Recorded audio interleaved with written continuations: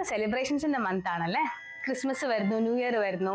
നമ്മൾ ഇതുവരെ ഫോളോ ചെയ്തുകൊണ്ടിരുന്ന ലൈഫ് സ്റ്റൈൽ ഡിസിപ്ലിനൊക്കെ കലടച്ചിട്ട് ഇനി ന്യൂ ഇയറിന് നന്നാവാന്ന് വെച്ചിട്ട് നമ്മൾ ആഘോഷിക്കുന്ന ഒരു മാസം കൂടിയാണല്ലേ. പക്ഷെ മൊത്തമായിട്ടും അതങ്ങ് കളയാതെ നമുക്ക് ചെറിയ ചെറിയ കാര്യങ്ങൾ എന്തെങ്കിലുമൊക്കെ അഡ്ജസ്റ്റ് ചെയ്യാൻ പറ്റുമോ എന്നുള്ളത് പറഞ്ഞുതരാവേ. ഒന്നാമത്തത് എല്ലാവർക്കും ഹോളിഡേ ആണ്, പലരും ട്രിപ്പിലൊക്കെ ആയിരിക്കും. അപ്പോൾ ഒബ്വിയസ്ലി നമ്മുടെ വർക്കൗട്ടും നടക്കത്തില്ല. അപ്പോൾ കൂടുതൽ നടക്കാനോ സ്വിമ്മിങ് പോലുള്ള ആക്ടിവിറ്റീസോ പ്രിഫർ ചെയ്യുക. പിന്നെ ക്രിസ്മസ് ആയതുകൊണ്ട് ഒത്തിരി കേക്ക് ഉണ്ടാവും വീട്ടിലൊക്കെ, ബ്രെഡ്സ് ഉണ്ടാവും, അതൊക്കെ കഴിച്ചോളൂ. പക്ഷേ ഇൻ ദി എൻഡ് അതെല്ലാം മൈദയാണല്ലേ.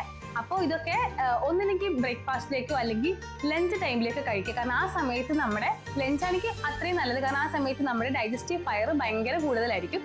അപ്പോൾ നമ്മുടെ ബോഡിക്ക് അത് ഡൈജസ്റ്റ് ചെയ്യാൻ കുറച്ച് എളുപ്പമാണ്. പിന്നെ ബ്രെഡൊക്കെ കഴിക്കുമ്പോൾ അതിൻ്റെ കൂടെ നന്നായിട്ട് ഫൈബേഴ്സ് പെയർ ചെയ്യുക, വെജിറ്റബിൾസ് ഒക്കെ പെയർ ചെയ്യുക. അപ്പോൾ കുറച്ചും കൂടെ ഡൈജഷൻ ഈസി ആവും. പിന്നെ ഡിന്നർ മാക്സിമം ഒന്ന് ഏർലി ആക്കാൻ നോക്കുക. ഇനി ലേറ്റ് ആവാണെന്നുണ്ടെങ്കിൽ make it more lighter. The later your dinner make it more lighter എന്നാണ്. അപ്പൊ ഈ പറഞ്ഞ ചെറിയ ചെറിയ കാര്യങ്ങളിൽ ഇൻകോർപ്പറേറ്റ് ചെയ്യാൻ പറ്റുമെങ്കിൽ നോക്കുക.